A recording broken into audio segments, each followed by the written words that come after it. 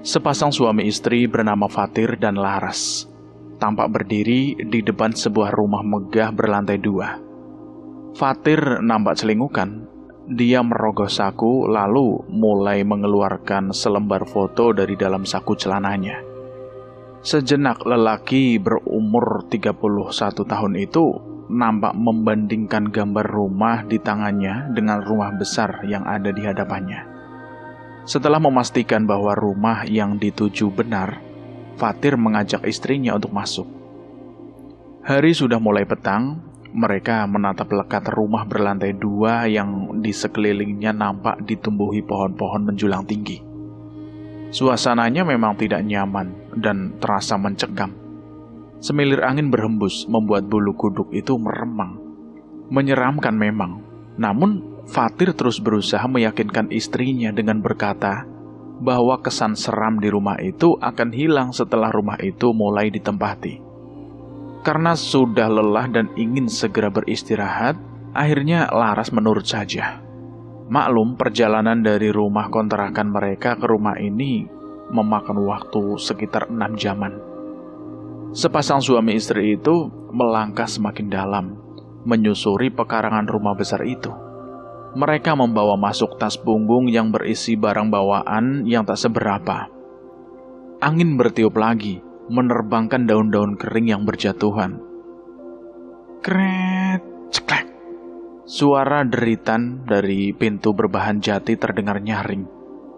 Fatir melenggang masuk mendahului, sementara Laras masih celingukan memindai area sekitar. Laras keheranan, bagaimana bisa rumah sebesar ini dibiarkan tidak berpenghuni selama bertahun-tahun. Saat Laras asik melihat-lihat sekitar, Fatir berseru kegirangan dari arah ruang tengah. Dia mengatakan kalau rumah ini benar-benar langsung bisa ditempati. Barang-barangnya lengkap dan semuanya masih berfungsi dengan sangat baik. Ceklek. Lampu menyala, terang benderang. Kini Laras mulai bingung memilih kamar, antara kamar di lantai 1 atau di lantai 2. Tapi berhubung Laras sedang hamil, Fatir langsung menyarankan untuk memilih kamar di lantai dasar. Laras mengangguk pelan, kemudian melangkah memasuki kamar, membawa masuk barang bawaannya yang tidak seberapa.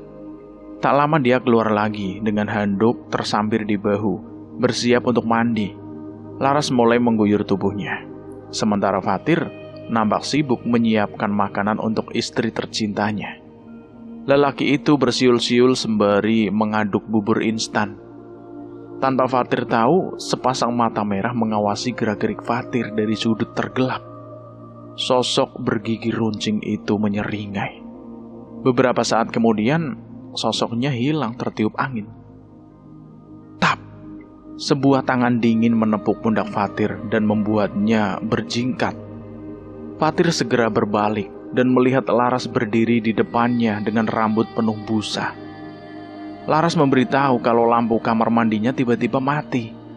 Akhirnya karena belum ada lampu cadangan, Fatir menyarankan Laras mandi dalam keadaan pintu terbuka saja. Setidaknya ada pencahayaan dari ruang makan. Laras lalu pergi melanjutkan ritual mandinya. Setelah sekitar 15 menit kemudian, keduanya selesai dengan aktivitasnya masing-masing dan duduk bersebelahan di meja makan. Mas, menurut sampean, kenapa keluarga Pak Ramli jadi tiba-tiba mau menerima sampean? Tanya Laras sambil meniup bubur buatan suaminya itu. Mungkin doa-doa Mas terjawab deh. Allah ngasih rejeki dari jalur yang gak disangka. Laras hanya diam. Sebenarnya ada sesuatu yang terasa mengganjal, tapi dia tidak mau merusak kebahagiaan suaminya sekarang. Setelah membereskan meja makan, keduanya memutuskan mengambil air wudhu lalu menunaikan ibadah sholat maghrib di kamar. 2 sajadah digelar, Fatir mengimami di depan. Allahu Akbar. Fatir mengumandangkan takbir. Tiba-tiba, tap, lampu mati. Namun Fatir memutuskan terus melanjutkan sholatnya sampai selesai. Nafas Laras memburu. Dia memang takut kegelapan. Kegelapan yang pekat membuat serangan paniknya sering muncul tiba-tiba. Krak, krak. Suara garukan di pintu kamar terdengar nyaring. Dada Laras berdebar kencang di situ. Assalamualaikum warahmatullah. Assalamualaikum warahmatullah. Fatir mengucap salam. Dia segera bangun, meraba-raba nakas dan mengambil handphone miliknya. Tenang, Dek. Tenang. Sudah ada cahaya. Tarik nafas. Sesak, Mas. Aku takut. Melihat istrinya dalam kondisi begitu, Fatir berinisiatif mengambilkan air. Sekalian menyalakan saklar listrik di luar. Dia yakin pasti ada orang yang sengaja berbuat iseng. Fatir keluar dari kamar, meraba-raba dalam gelap menuju keluar rumah. Laras memegang erat handphone di tangannya, jantungnya berdegup kencang. Pandangan matanya enggan beralih dari arah pintu kamar yang terbuka lebar. Gelap, hanya kegelapan yang nampak nyata. Sekelebat bayangan nampak melesat melewati pintu itu. Laras menggigit bibirnya, merasa semakin gusar. Mas! Mas! Laras memanggil suaminya dengan suara bergetar. Tapi tiba-tiba, sesuatu seperti berkelebat datang lagi. Namun kali ini bukan lagi di luar pintu, melainkan di dalam kamar. Tengkuk Laras meremang. Ada hawa dingin yang muncul tiba-tiba entah dari mana. Laras menelan Safila kasar. Beberapa saat kemudian, dia berbalik dengan cepat, mengarahkan senter ke belakangnya. Dek, dek, dek. Kosong. Namun jantung Laras masih berpacu dengan cepat. Dia kembali berbalik menghadap depan. Namun tiba-tiba, Aku di sini. bisik sosok wanita bermata bulat dan putih sempurna dengan rahang yang patah. Mulutnya mengalirkan darah merah kehitaman. Gaun putihnya berubah menjadi warna merah pekat, tepat di bagian dadanya. Aroma anyir bercampur busuk menusuk penciuman. Bagaimana tidak? Jarak dua makhluk beda alam itu hanya sejengkal saja. Setelah beberapa detik saling pandang, Laras memutuskan menutup rapat matanya. Laras menjerit, berteriak nyaring. Tap! Lampu menyala. Namun Laras masih enggan membuka matanya, hingga saat Fatir kembali ke dalam dan memeluk istrinya yang menggigil. Astagfirullahaladzim. Dek, ada apa, Dek? Kenapa berteriak-teriak? Apa perutmu sakit? Atau serangan panikmu kambuh? Aku takut, Mas. Barusan ada hantu, Mas. Serem sekali. Fatir tak bisa menahan tawa. Dalam benaknya, hantu biasanya memilih tempat semacam pemakaman ataupun hutan dan kebun. Sejak kapan selera para hantu berubah jadi suka tinggal di rumah mewah? Begitu pikirannya. Merasa ditertawakan, Laras merajuk. Dadanya bergemuruh, nafasnya memburu. Laras kecewa dengan tanggapan suaminya itu. Bukannya menenangkan, malah meragukan dan menertawakan. Benar-benar menyebalkan. Melihat wajah istrinya memerah menahan marah, Fatir gelagapan. Dia berusaha merayu, namun gagal. Laras mendiamkannya dan memilih tidur lebih dulu. Beberapa saat berdiam dalam keheningan, Fatir mulai mendengar suara dengguran halus. Itu tandanya Laras sudah terlelap. Dia tidur dalam keadaan merajuk, bagaikan anak kecil. Fatir ingat, dia belum sholat isya. Dia pun sholat lebih dulu tanpa membangunkan Laras, sebab dia tahu Laras pasti akan bangun tengah malam seperti biasanya. Fatir pun menggelar kembali sajadahnya, lalu menunaikan sholat isya seorang diri. Tanpa dia tahu, sosok makhluk hitam berkuku runcing sedang menatapnya penuh amarah dari lubang ventilasi. Manusia sial. Geram sosok itu. Laras menggeliat, dia melirik jam dinding yang sudah menunjukkan pukul 2 dini hari.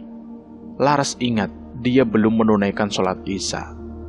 Wanita itu mengikat rambutnya, lalu melirik ke arah suaminya. Laras turun dari ranjang dengan perlahan, berjalan ke arah kamar mandi, mengambil wudhu, lalu Laras menggelar sajadah di kamar. Dia sholat sendirian kali ini. Allahu Akbar. Brak! Kaca jendela bergetar, seolah ada sesuatu yang baru saja menabraknya. Laras terkejut, detak jantungnya kembali menggila. Lututnya mulai melemas karena gemetar. Namun perempuan berbadan dua itu berusaha terus melanjutkan sholat.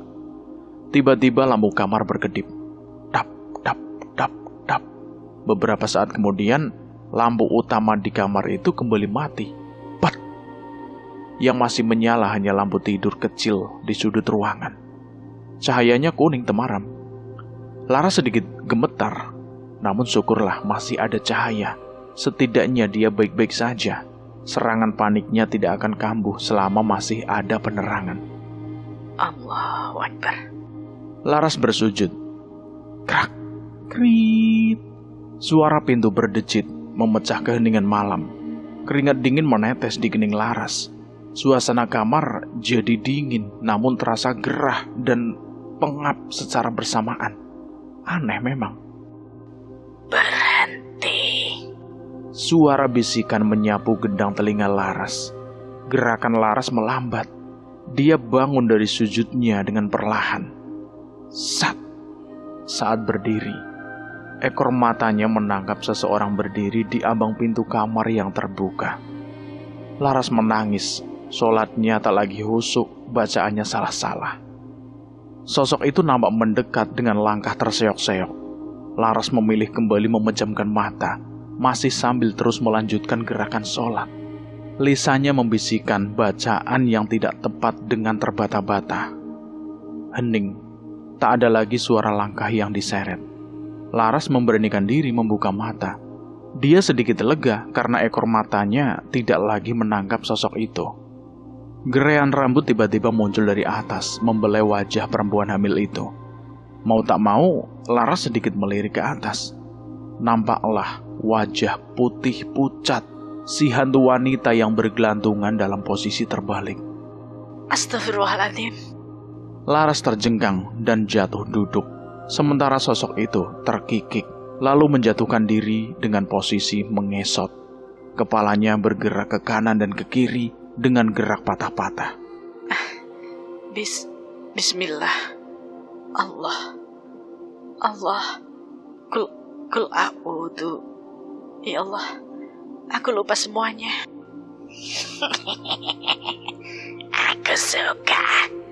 Aku suka melihat imanmu terserak.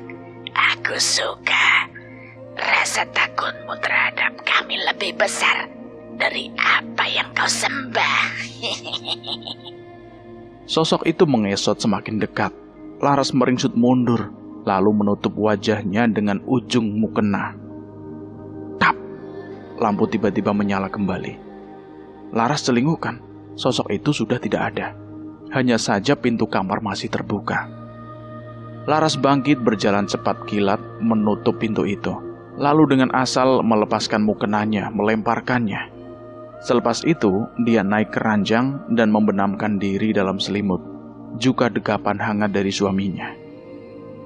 Keesokan paginya, Fatir sedang menyajikan makanan di meja. Sementara Laras baru saja keluar dari kamar dengan mata berlingkaran hitam. Tidurnya benar-benar tidak nyenyak. Sepanjang malam, Laras merasa seperti ada sesuatu yang mengawasi dirinya. Entah itu siapa, entah itu apa. Tanpa basa-basi, Laras langsung merengek meminta kembali ke kontrakan lamanya saja. Sebab dia tidak betah berlama-lama di rumah besar ini. Namun dengan tegas, Fatir menolak. Sebab dia tahu ini adalah impian mereka. Iya, sudah sejak lama mereka mengimpikan memiliki rumah yang layak. Keduanya sempat berdebat, bertahan dengan argumen masing-masing. Fatir terus saja mengatakan bahwa bisa jadi Laras tidak nyaman karena belum terbiasa tinggal di rumah ini. Tiba-tiba sebuah panggilan masuk membuat handphone Fatir bergetar. Ngep, ngep. Terpaksa, pembahasan keduanya dihentikan sementara. Saat dilihat ternyata yang menelpon adalah Agung, anak tertua Pak Ramli, pemilik rumah ini. Agung menanyakan apakah Fatir dan Laras betah tinggal di rumah milik keluarganya. Sambil tersenyum, Fatir menjawab bahwa mereka masih perlu sedikit pembiasaan. Tapi yang Fatir bingungkan, lokasi rumah ini dengan tempat kerjanya terbilang cukup jauh. Buat apa bekerja, Fatir? Buka saja laci di kamarmu. Mas sudah siapkan uang untuk biaya hidupmu setahun ke depan. Nggak tahu cukup atau enggak, tapi kalau kurang bilang saja, kata Agung di seberang sana. Mendengar itu, Laras dan Fatir bergegas menuju kamar. Mereka membuka laci dan keduanya terkejut melihat tumpukan uang merah yang tertata rapi. Mas, ini uang asli, Mas. Kenapa banyak sekali? Itu cuma 50 juta, Fatir. Gak sebanding dengan apa yang akan kami dapat karenamu. Bukan. Maksudnya, gak sebanding dengan penderitaanmu selama ini. Kami semua hidup berkecukupan, sedangkan kamu malah sering kelaparan. Oh ya, jangan ragu buat pakai uang 50 juta itu. Mas tahu, karena selama ini hidup miskin, kamu jadi tidak pernah lihat uang sebanyak itu sebelumnya. Tapi kali ini, uang itu benar-benar milikmu, Tir. Ucap Agung sesaat sebelum mengakhiri panggilan teleponnya. Setelah panggilan terputus, Fatir berencana akan pergi ke kantor untuk mengurus surat pengunduran diri. Selama bertahun-tahun, Fatir bekerja sebagai seorang cleaning service untuk mencukupi kebutuhan keluarganya. Namun sepertinya, ini saat yang tepat untuk berhenti dan memulai usaha sendiri. Dek, uang itu kita pakai buat usaha saja ya. Gimana menurut kamu, Dek? Usaha apapun, yang penting halal. Haram. Suara bisikan tertangkap pendengaran Laras. Entah dari mana sumbernya. Laras celingukan mencari sumber suara yang entah dari mana. Tak lama, sebuah mobil berhenti di depan rumah. Fatir pergi meninggalkan Laras sendirian di rumah asing itu. Laras berbalik, bersiap meninggalkan teras dan masuk ke dalam rumah besar itu lagi. Namun langkahnya terhenti saat suara bisikan-bisikan aneh kembali dia dengar. Pergi, jangan kembali. Pergi, kau bisa mati. Aku yakin Mbak Uti bilang mata batinku sudah ditutup. Tapi kenapa sesekali mereka masih terlihat dan terdengar? Aku tidak mau jadi stres seperti saat itu. Apa dia suka rumahnya? Tanya Bu Ramli kepada Agung. Saat ini, Bu Ramli dan kedua anaknya sedang berkumpul di ruang tamu, menyesap air perasan jeruk nipis hangat bercampur kembang melati. Tentu sajalah. Dia pasti suka, Bu. Selama ini dia tinggal di kontrakan kumuh, hidup miskin, kekurangan makan dan uang. Mana mungkin dia tidak terlena dengan apa yang sudah kita siapkan. Sahut Lana, putra kedua Bu Ramli. Kamu benar, Le. Dia terlalu bodoh. Mana mungkin ibumu ini menerima anak dari hasil hubungan gelap antara bapakmu dan pembantu sialan itu. Sampai mati pun, ibu ndak sudi menerimanya. Ujar Bu Ramli dengan rahang mengetat kuat. Ibu tenang saja. Bukan cuma ibu yang sakit hati. Kami juga, Bu. Rasa sakit ini harus terbalas dengan baik. Biarkan sekarang dia menikmati kehidupan barunya sebagai orang kaya. Aku pastikan dia ikut memakan uang itu. Terima kasih, Le. Kalian benar-benar anak ibu. Tidak sia-sia aku membesarkan kalian dengan caraku. Bu Ramli berdiri, lalu melangkah mendekati sebuah foto besar yang terpajang di ruang tamu. Foto siapa lagi kalau bukan foto suaminya? Wanita itu menatap tajam, matanya mengembun, kesedihan dan amarah terpancar dengan jelas di sana. Kenangan itu menari dalam ingatannya. Bu Ramli ingat bahwa dia sudah melakukan segalanya demi kesuksesan suaminya. Tapi suaminya malah tega berselingkuh dengan pembantunya sendiri, hingga membuatnya hamil. Sakit hati membuatnya gelap mata, hingga akhirnya Bu Ramli menghabisi suaminya dan selingkuhannya itu dengan bantuan kekuatan hitam. Hari sudah sore, hujan deras mengguyur enggan berhenti sejak siang. Petir turut menyambar-nyambar membuat Laras berkali-kali tersentak ketakutan. Dia mondar-mandir di depan teras menunggu suaminya pulang. Jujur saja, dia merasa tidak nyaman di dalam rumah itu sendirian, terlebih saat hari sudah mulai gelap. Laras menjerit keras saat menyaksikan petir menyambar pohon tak jauh di depan sana. Laras memutuskan untuk kembali ke dalam rumah. Bajunya juga mulai basah terkena tampias hujan. Dia harus segera membersihkan diri. Dia segera menutup pintu depan, mengambil handuk lalu menyiram diri dengan air hangat. Saat Laras sedang menggunakan sampo, tiba-tiba pintu diketuk 2 kali dengan jeda cukup lama. Siapa itu? Laras membatin. Dia meraba-raba keran, berniat membilas kepalanya. Namun yang dia pegang malah sebuah tangan yang dingin. Hah? Laras sangat kaget. Dia paksakan matanya terbuka walau perih, namun tak dia dapati siapapun. Duk, duk. Laras membelakangi pintu, menelan Safila kasar.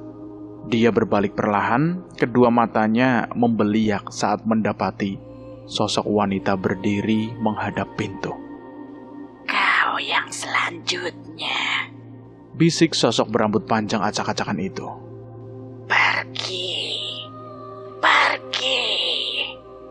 Pergi sebelum terikat.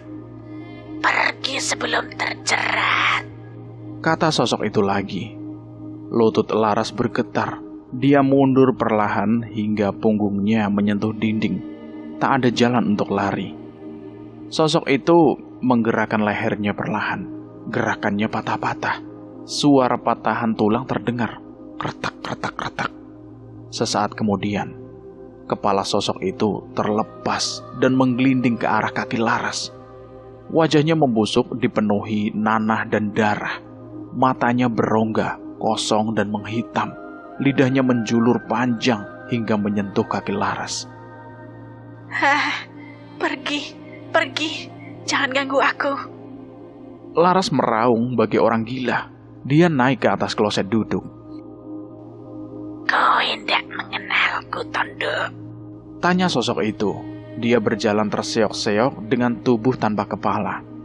Tubuhnya menunduk, mengambil kepala itu, lantas memasangnya kembali. Ini aku, Londo. Ini aku. Mbok. Ndak mungkin. Laras menggeleng lemah, dan telinganya mulai berdering. Pandangan matanya mulai kabur. Beberapa saat kemudian, Laras terhuyung dan jatuh tersungkur. Dalam kesadaran yang timbul tenggelam, Laras masih bisa mendengar. Jaga bayimu, Dok. Mereka menginginkannya. Ujar sosok itu sebelum akhirnya menghilang. Brak! Pintu kamar mandi didobrak keras. Fatir berdiri di ambang pintu dengan wajah panik. Sesaat setelah dia sampai, Fatir mendengar istrinya menjerit-jerit dari dalam kamar mandi. Tapi panggilannya sama sekali tak digubris. Astagfirullahaladzim, Dek. Sampean kenapa toh? Ujar Fatir yang merangsak memasuki kamar mandi. Sebuah handuk dia ambil dan balutkan ke tubuh istrinya. Aduh Gusti, ada apa ini sebenarnya? Fatir segera membawa Laras ke kamar mereka, merebahkannya dan menutupi tubuh itu dengan selimut hangat. Berkali-kali Fatir mengusapkan minyak angin sambil menepuk-nepuk pipi istrinya. Tak terasa waktu berlalu dengan cepat. Sudah 2 bulan mereka menempati rumah itu. Fatir memilih bertahan meski Laras berkali-kali merajuk meminta pindah. Fatir tentu tidak ingin hubungannya dengan keluarga Pak Ramli menjadi kembali renggang. Apa kata mereka kalau sampai Fatir mengembalikan semuanya? Bisa-bisa dicap tidak bisa menghargai pemberian.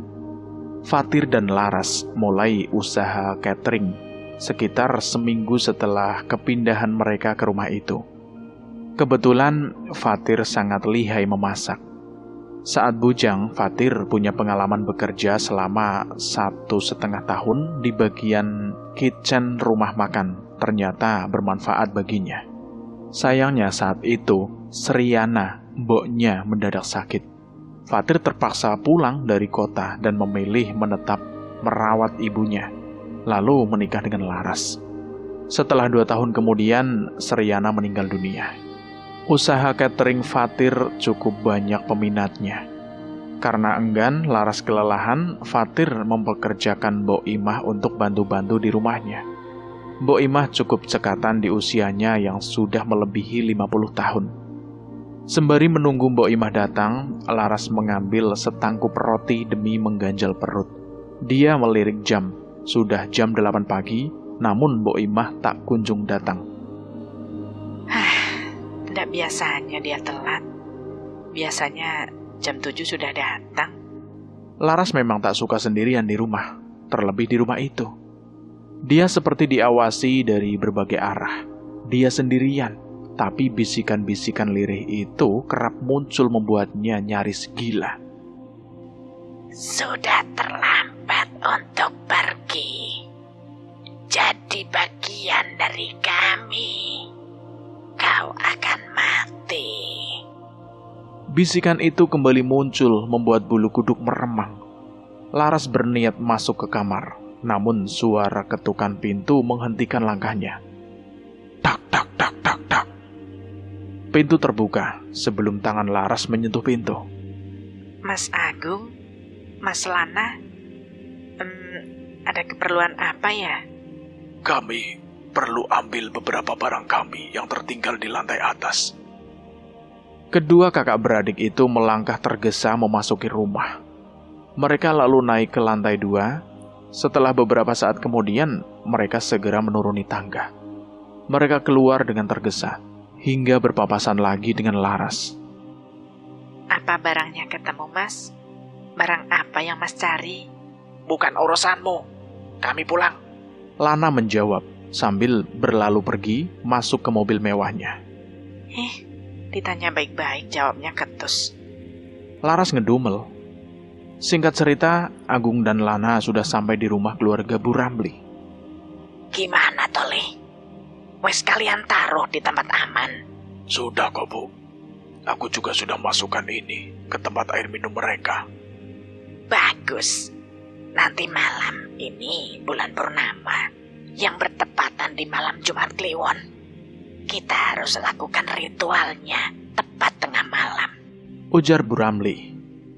Waktu berlalu cepat, malam kembali menyapa. Suasana begitu hening seperti biasa.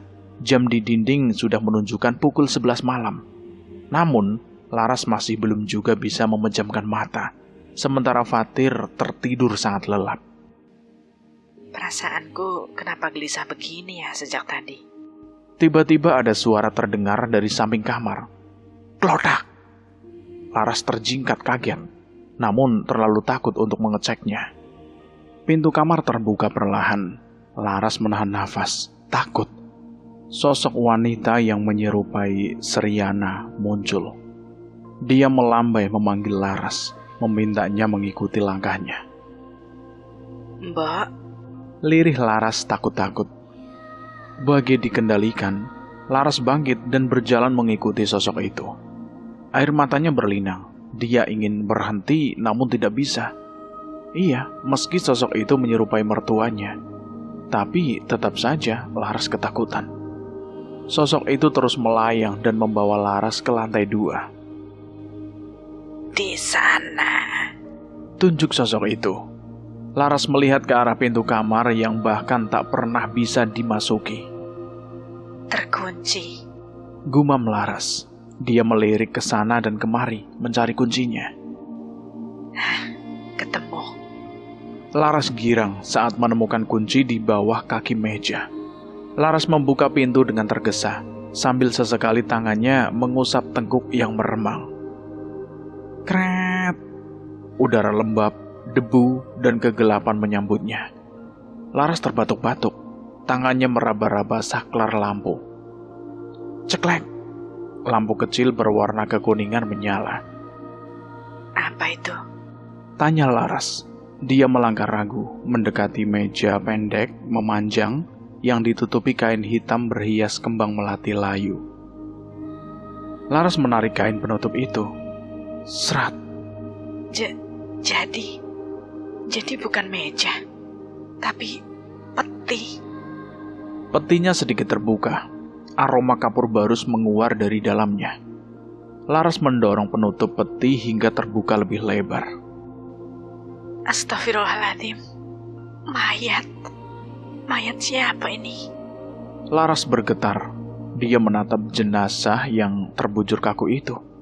Sudah terjadi pembusukan hampir di seluruh tubuh. Namun aroma kapur barus sebanyak itu ternyata ampuh untuk menahan aroma tak sedapnya. Laras mundur beberapa langkah dengan dada berdebar. Duk! Punggungnya menabrak sesuatu. Perlahan-lahan dia berbalik. Kenapa ada di sini? Di dekat mayat bapak pula. Harusnya kau tidur nyenyak seperti suamimu itu. Mas Agung, kenapa ada di sini? Setelah itu, Lana muncul di ambang pintu. Fatir sudah aku urus, Mas. Cepat urus dia juga. Mau apa sampean, Mas? Kalian apakan suamiku? Cecar Laras dengan raut wajah panik. Diam. Kamu tidak berhak banyak tanya. Laras berusaha kabur. Dia berniat menerobos pintu, namun dia dihalang oleh dua pria itu. Tubuhnya didorong kuat, hingga perutnya terkena pojok peti mati. Lana lalu menjambak dan menyeret tubuh Laras keluar dari kamar. Lepaskan aku, Mas. Tidak pantas sampean memperlakukan aku begini. Kenapa nggak pantas? Sejak awal kami berniat menjadikan Fatir dan calon anaknya sebagai tumbal. Kedua mata Laras membulat. Dia menggeleng cepat. Rasa takut, kesal, marah, dan putus asa berbaur menjadi satu. Enggak. Kenapa kalian tega? Karena kehadiran Fatir di antara kami tak pernah kami harapkan. Benar. Dia dan lebih dari seorang anak haram. Sudah, jangan banyak tanya. Ikut kami. Brak! Laras didorong ke dalam ruangan berupa gudang. Gelap dan pengap. Laras ketakutan. Cedik! Sebuah lilin berbentuk trisula dinyalakan. Laras memberontak saat tubuhnya diikatkan di sebuah amben beralaskan kain hitam. Di sampingnya, Fatir juga sedang berbaring dalam tubuh terikat. Kedua matanya terpejam, entah dia tidur atau pingsan. Shh, jangan berisik. Dia tidak suka. Mas, bangun, Mas. Lihat perlakuan orang-orang yang sampean sebut kakak. Apa sudah siap, Le? Tanya Bu Ramli yang muncul di ambang pintu. Dia berpakaian hitam-hitam. Sampun, Bu. Agung dan Lana menyambut serentak. Wanita berkebaya hitam dan bergelung besar itu mendekat. Sebuah keris kecil yang terselip di rambut bak tusuk konde itu dia ambil. Siapkan sajen. Kita akan mulai ritualnya. Serat! Bu Ramli menggores tangan Fatir cukup dalam. Darahnya menetes cukup deras. Berhenti. Kamu melukai suamiku. Biadab. Ritual apa yang mau kalian lakukan? Kalian pantas untuk ini. Uang dan kekayaan ikut kalian nikmati. Sekarang, kalian cuma perlu menggantinya. Sahut Bu Ramli sambil sibuk menyalakan dupa. Agung menyalakan lilin-lilin yang ditata membentuk lingkaran mengelilingi Fatir dan Laras. Ayo duduk, sambut tuan kita. Mereka bertiga duduk bersila. Mata mereka pejam, mulutnya berkomat-kamit. Semilir angin bertiup pelan, membawa aroma anyir dan busuk. Laras mual, namun sekuat tenaga menahan diri agar tidak muntah. Duk, duk, duk. Sosok berjubah hitam muncul, melayang memasuki ruangan itu. Jubahnya berkibar semi-transparan. Di belakangnya, sosok lain yang tak kalah menyeramkan nampak mengikuti, seolah mengawal. Braga, kau lapar. Sebentar lagi waktumu makan, ujar sosok itu dengan suara beratnya. Selamat datang tuanku, Tuan Angkoro. Lihat apa yang kami siapkan untukmu. Di sana ada anak yang berasal dari benih suamiku. Apa benar kalau aku menumbalkannya, aku bisa dapatkan lebih? Tidak, dasar budak setan. Jangan berani-berani mengorbankan suamiku. perempuan ini, dia memiliki bayi. Aromanya, aku suka.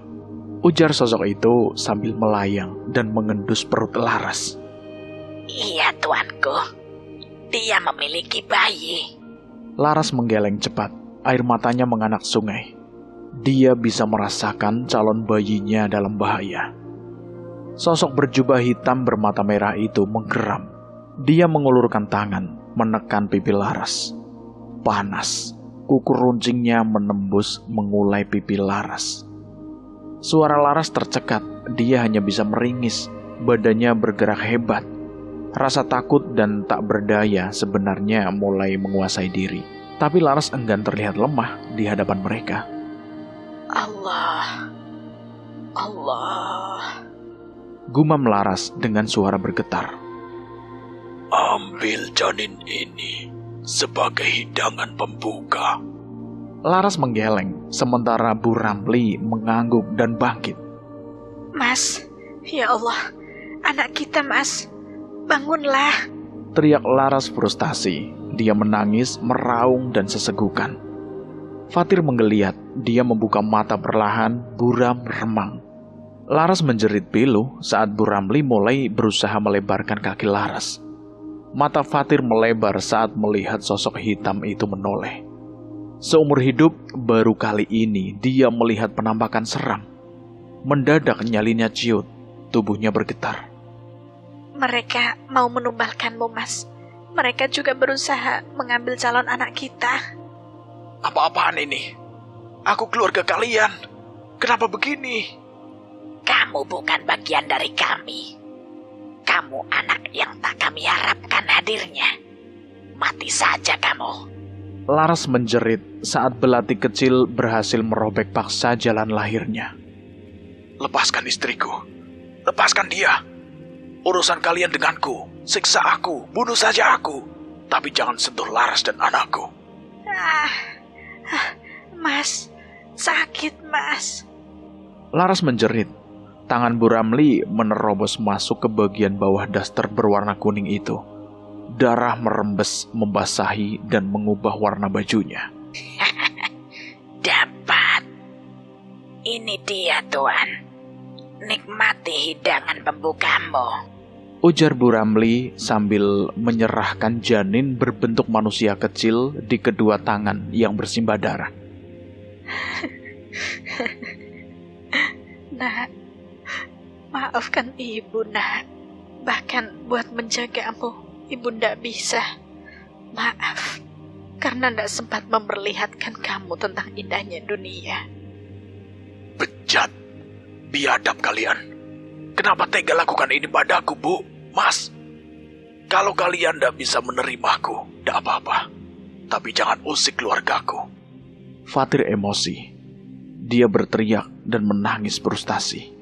Badannya bergetar tidak karuan. Berharap tali yang membelenggu dirinya itu bisa terlepas. Sungguh, Fatir ingin meninju muka-muka mereka. Fatir dan Laras memejamkan mata ketika melihat sosok itu menyantap anak mereka. Braga, minumlah. Iya Tuan. jawab sosok hitam berkuku runcing itu. Liur berwarna kehijauan menetes dari mulut berhias gigi tajam itu. Lidahnya menjulur bagai anjing yang kelaparan. Tangannya yang panjang dan kurus nampak memainkan kuku runcingnya. Bolehkah aku cabik dia, Tuan?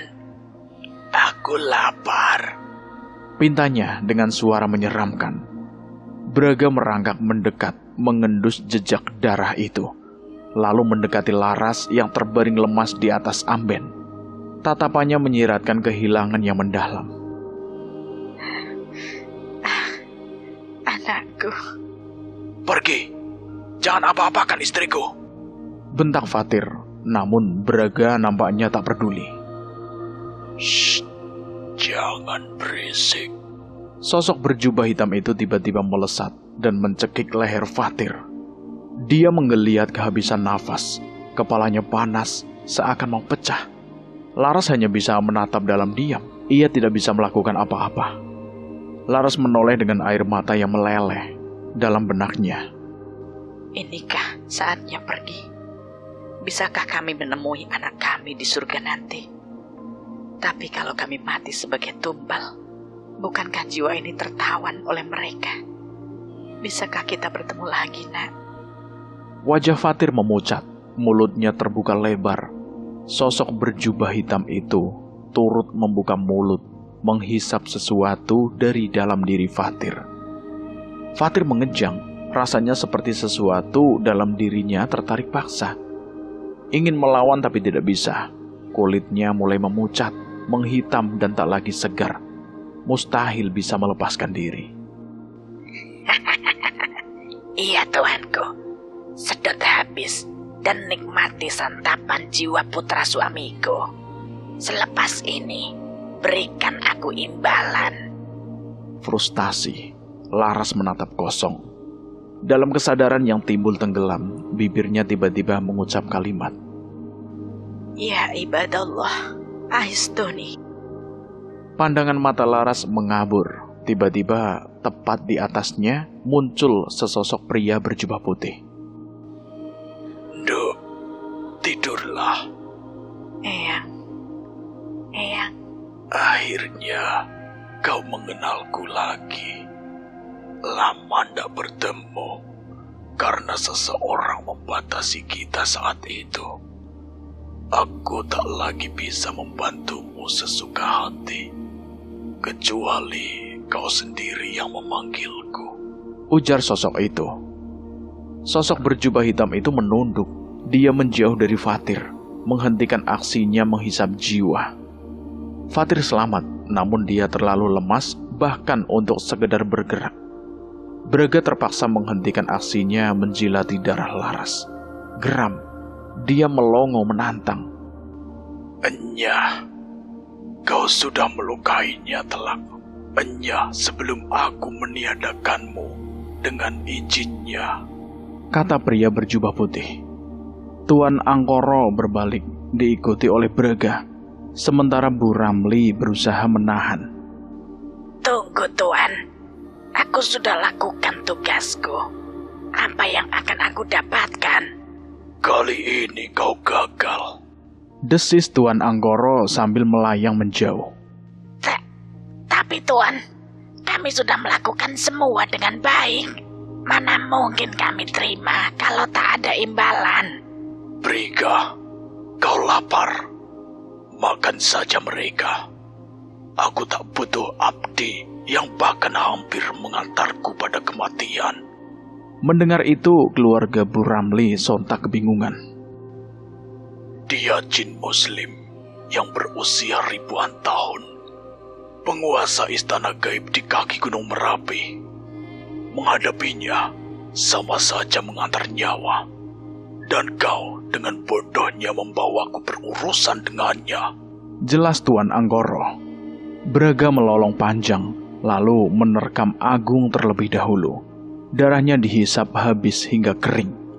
Puas minum darah, Braga mencabik-cabik tubuh Agung, menyantap dengan beringas. Sementara Bu Ramli dan Lana hanya bisa menjerit histeris. Tidak. Agung, apa, Tuan? Ini bukan salah kami. Kenapa kau menghukum kami begitu keji? Tuan Anggoro geram. Dia melesat, menubruk tubuh Bu Ramli. Bu Ramli terlempar menghantam dinding dengan kencang. Brak! Tulang punggungnya patah, dia tidak bisa bergerak. Aku lapar. Ini waktunya makan. Bolehkah aku memakan jiwamu, abdiku? Tanya Tuan Anggoro sambil melayang. Wajahnya tepat sejengkal di hadapan Bu Ramli yang terkapar. Dia membuka mulut, menghisap habis apa yang ada di dalam diri Bu Ramli. Tubuh Bu Ramli menghitam dan mengering, tak jauh berbeda dari sosok mumi. Sementara Lana tengah berlarian menyusuri koridor, bersembunyi di bawah tangga, berharap Braga yang kelaparan itu tidak memakannya. Namun sial, karmanya sudah datang, bahkan lebih cepat dari perkiraan. Air liur Braga menetes deras. Dia mendekati Lana dengan perlahan dengan tatapan kelaparan. Lapar. Tangan berhias kuku tajam itu terangkat. Cerak! Cerak! Braga mencakar Lana tepat di bagian muka dan leher. Matanya terluka, dia tidak bisa melihat. Tolong! Tolong! Dia menjerit sambil meraba-raba lantai. Ia berniat melarikan diri, namun Braga tidak akan tinggal diam. Dia segera menggigit leher Lana, menghisap darahnya membuat dia mati seketika. Sementara itu di ruang ritual. Dek, kita selamat, Dek. Iya, Mas. Kita berdua selamat, tapi tidak dengan anak kita, Mas. Maaf, aku gagal menjaga kalian. Laras diam, enggan menyahut. Dadanya sesak sekaligus nyeri. Eyang Abdullah menghilang, lalu muncul kembali di belakang Tuan Anggoro. Dia sedang asik menghisap jiwa Bu Ramli, tak menyadari kehadiran Eyang Abdullah. Serat! Eyang Abdullah melilitkan sebuah tali berbentuk cahaya. Tuan Angkara membelalak, tak bisa berkutik. Berapa banyak manusia yang kau sesatkan? Hadirmu membuat dunia yang sudah tua ini semakin rusak. Bismillah, biidnillah, aku menghukummu, Anggoro. Pergilah dan tinggal di neraka yang kekal. A'udzubillahi minasyaitonirrajim. Bismillahirrahmanirrahim. Eyang Abdullah melangitkan doa. Berhenti! Anggoro berteriak. Allahu la ilaha illa huwal hayyul qayyum. La ta'khudhuhu sinatun wa la naum. Aku benci mereka mengaumkan ayat suci dengan iman. Lahu ma fis samawati wa ma fil ardh. Man dzalladzi yashfa'u indahu illa bi'idhnihi. Ya'lamu ma baina aydihim wa ma khalfahum. Panas. Wala yuhituna bisai'in min ilmihi illa bima syaa. Wasi'a kursiyyuhu samawati wal ardh. Wala ya'uduhu ihdahuma wa huwal aliyyul azim. Allahu Akbar. Sosok Anggoro sekaligus Braga terbakar. Mereka berubah menjadi abu, hilang ditiup oleh angin. Eyang Abdullah muncul kembali tepat di samping Laras. Alhamdulillah, yang mengusikmu sudah lenyap. Sembuhkan luka dan dukamu. Allah akan membayar ikhlas dan sabarmu dengan kebaikan tak terhingga. Eyang pamit dulu. Semoga kita tidak lagi bertemu dalam suatu keadaan yang berbahaya. Eyang Abdullah pamit. Dan cerita ini selesai sampai di sini. Bagaimana menurut teman-teman semua tentang cerita ini? Silahkan tulis di kolom komentar. Terima kasih buat teman-teman yang sudah mendengarkan cerita ini sampai habis. Semoga kalian sehat selalu, panjang umur, bahagia selalu, dan dimudahkan rezekinya. Dan buat teman-teman yang baru bergabung di channel ini, silahkan klik tombol subscribe dan tombol loncengnya, agar kalian tidak ketinggalan cerita terbaru dari kami. Dan saya mohon maaf jika ada kesalahan kata. Saya pamit undur diri. Wassalamualaikum warahmatullahi wabarakatuh.